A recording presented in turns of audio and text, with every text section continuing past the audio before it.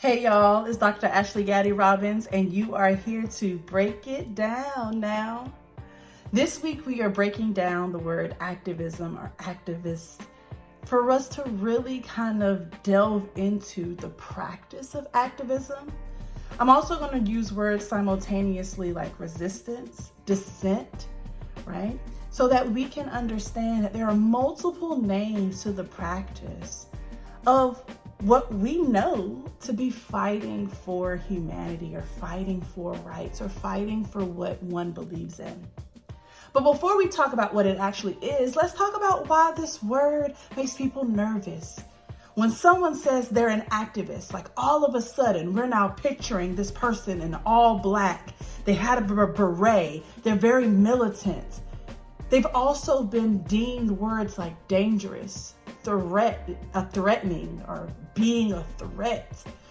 Because we have this idea, if we're honest, that an activist is a person who leads riots or engages in protests that become violent. We imagine this person on a megaphone with a microphone, being loud in front of the public, resisting against authority, right? We often have this idea of picket signs.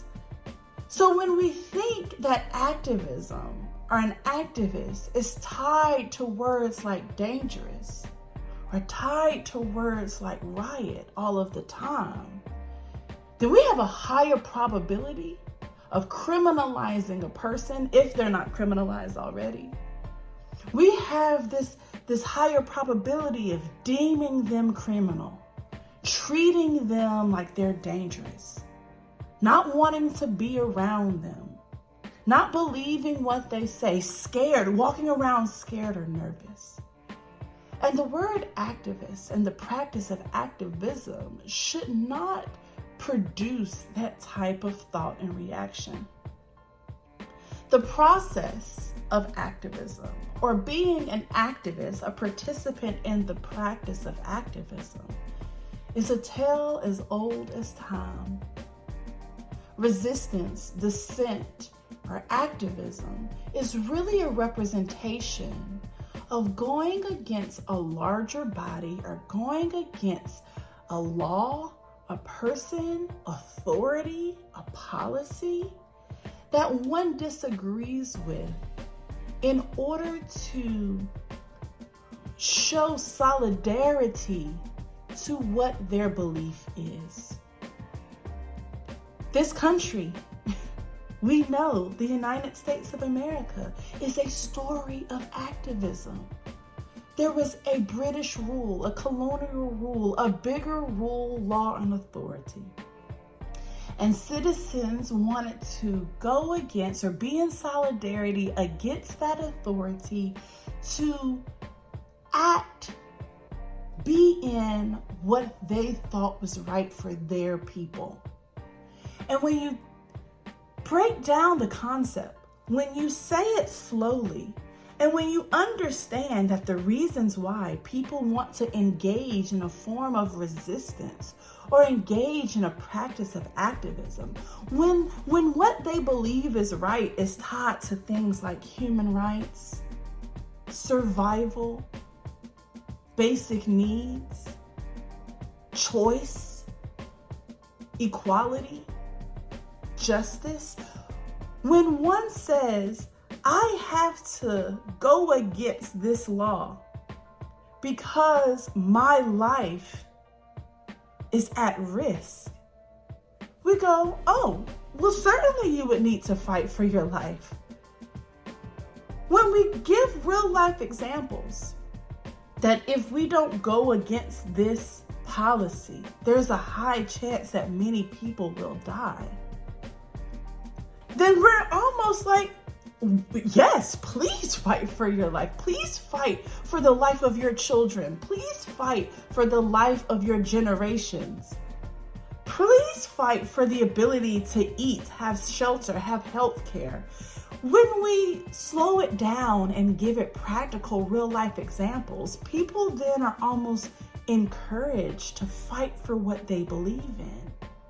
We hear the slogan all the time that you have to fight for what you believe in, not give up, do what's right. So if we have these slogans that we even teach our children and other people in order to empower them, then why is this word activist so scary?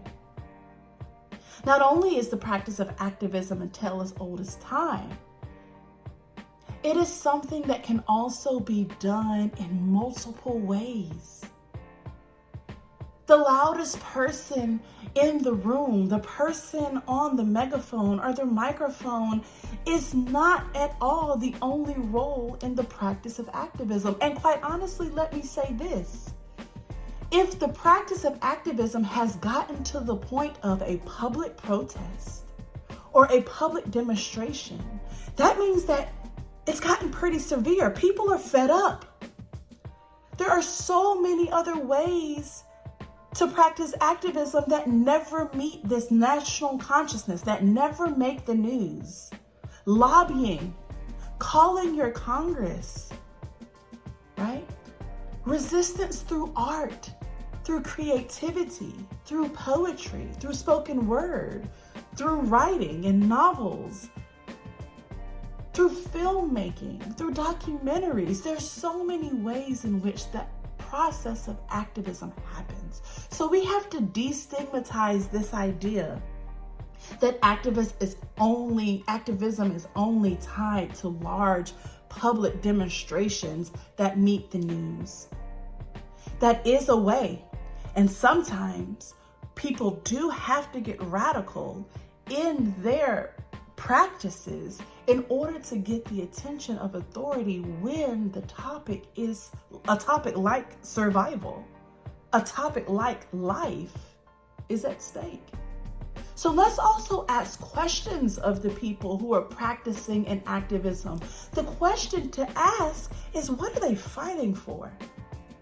And when we begin to maybe look deeper into that question, we may find, oh, there's nothing dangerous or threatening about this practice at all. If anything, the thing that they're resisting against could be dangerous, not the activists themselves.